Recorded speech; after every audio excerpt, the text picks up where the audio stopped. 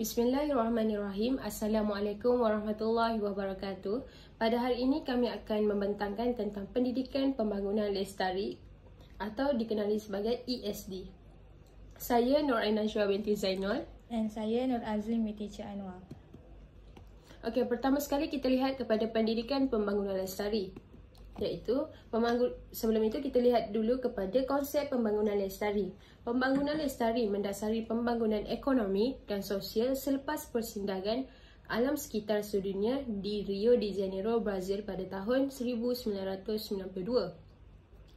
Persidangan tersebut mengambil kira pertumbuhan ekonomi dan kesejahteraan alam sekitar bagi membolehkan generasi kini terus menikmati manfaat pembangunan tanpa menjejaskan peluang generasi akan datang untuk menikmati manfaat pembangunan masa hadapan. Usaha pembangunan ekonomi yang menuntut kepada keseimbangan penjagaan alam sekitar terutama berkaitan dengan eksploitasi sumber dan penjagaan alam sekitar setelah sumber dieksploitasi. Okey, seterusnya kita lihat kepada konsep pendidikan pembangunan lestari. Menurut UNESCO 2014, Education for Sustainable Development allows every human being to acquire the knowledge, skill, attitudes and values necessary to shape a sustainable future. Baiklah, pendidikan pembangunan lestari iaitu ESD. ESD muncul ekoran kesedaran tentang kepentingan pemeliharaan dan pemulihan alam. Ianya terbahagi kepada tiga, iaitu yang pertama, suatu proses untuk membangunkan keprihatinan, kemampuan, sikap dan nilai-nilai yang ada pada para pelajar. Seterusnya, meningkatkan keupayaan dan kompetensi generasi muda sebagai warga negara global yang mampu merealisasikan matlamat pembangunan lestari. Yang ketiga adalah ruang yang dapat membina dan mempromosikan kesedaran serta pengetahuan yang mendalam antara individu dengan persekitarannya. Seterusnya, kita akan masuk kepada matlamat pendidikan pembangunan lestari. Sebelum tu, pembangunan lestari ini terdapat 17 matlamat yang akan kita kupaskan. Okey, pertama sekali, tiada kemiskinan, iaitu menamatkan kemiskinan dalam semua bentuk. Kedua, matlamatnya ialah sifat kelaparan, iaitu menamatkan kelaparan, mencapai jaminan makanan dan nutrisi yang baik serta menggalakkan pertanian yang mampan. Ketiga ialah kesihatan baik dan kesejahteraan, iaitu memastikan kehidupan sihat dan menggalakkan kesejahteraan kepada semua lapisan umur. Keempat, pendidikan yang berkualiti, iaitu menjamin pendidikan menyeluruh dan menggalakkan peluang pembelajaran sepanjang hayat.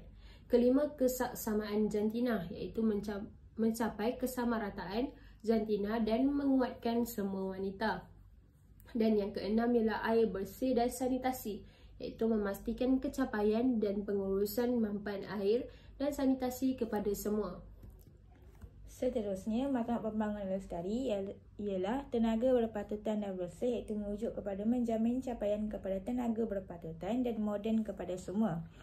Seterusnya, pembangunan dan pembangunan ekonomi, pekerjaan dan pembangunan ekonomi, iaitu merujuk kepada mempromosikan perkembangan ekonomi yang mampan dan menyeluruh serta pekerjaan yang produktif dan layak untuk semua. Matlamat yang seterusnya adalah industri, inovasi dan infrastruktur, iaitu membina infrastruktur yang kukuh, mempromosi industri yang menyeluruh dan merangsang inovasi.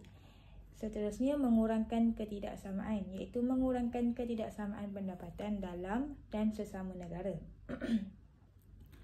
Seterusnya adalah bandar dan masyarakat yang mampan, iaitu menjadikan bandar dan penempatan manusia selamat, kukuh serta mampan. Yang ke-11 adalah penggunaan dan pengeluaran, iaitu memastikan corak penggunaan dan pengeluaran yang mampan. Seterusnya ialah tindakan iklim, iaitu mengambil tindakan segera untuk menangani perubahan iklim. Seterusnya ialah kehidupan dalam air, iaitu memelihara dan menggunakan larutan, laut dan sumber maritim demi pembangunan. Matlamat seterusnya ialah kehidupan darat, iaitu memelihara dan menggalakkan penggunaan ekosistem darat dan menguruskan hutan. Seterusnya, matlamatnya ialah keamanan, keadilan dan pertubuhan, iaitu mempromosikan masyarakat aman dan menyeluruh demi pembangunan mampan dan memperbaiki capaian dan membina institusi yang berkesan. Dan akhir sekali ialah kerjasama demi matlamat, iaitu menguatkan cara pengamalan dan menggiatkan kerjasama antara bangsa demi pembangunan yang mampan.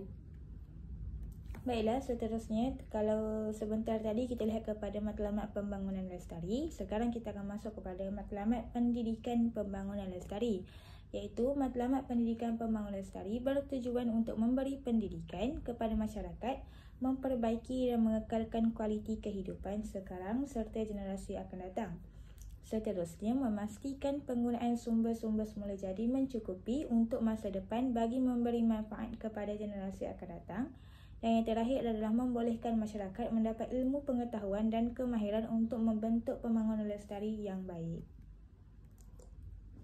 Okey, seterusnya kita akan lihat kepada kepentingan pendidikan pembangunan lestari. Okey, kepentingan pendidikan pembangunan lestari yang pertama ialah meningkatkan pengetahuan dan kefahaman mengenai pembangunan lestari agar kita dapat mengelakkan dan menambah baik amalan supaya bencana alam dapat dielakkan. Yang kedua ialah menanam kesedaran dalam penglibatan aktiviti-aktiviti alam sekitar. Hal ini dapat memupuk semangat dalam diri kita, iaitu individu, untuk sama-sama melakukan aktiviti-aktiviti bagi mengelakkan pencemaran alam sekitar. Okay, yang ketiga adalah memastikan pembangunan alam dan ekonomi seimbang serta saling memanfaatkan. Contohnya kalau kita tebang pokok untuk pembangunan ekonomi, membangunkan. Jadi kita perlu buat juga pemeliharaan dan pemeliharaan pokok dekat tempat lain supaya ekosistem hutan tu sentiasa terjamin lah, maksudnya alam sekitar tu sentiasa selamat, ekosistem tu sentiasa berlangsung. Yang keempat adalah membudayakan masyarakat untuk memikul tanggungjawab untuk mencipta masa depan yang berterusan. Hal ini dikatakan kerana alam sekitar yang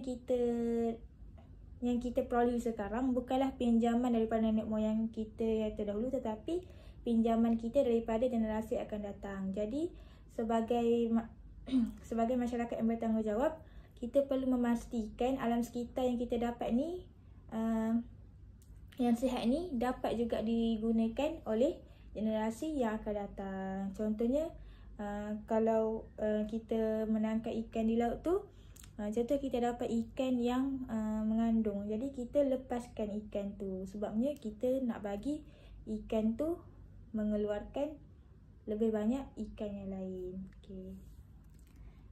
Sekian, terima kasih.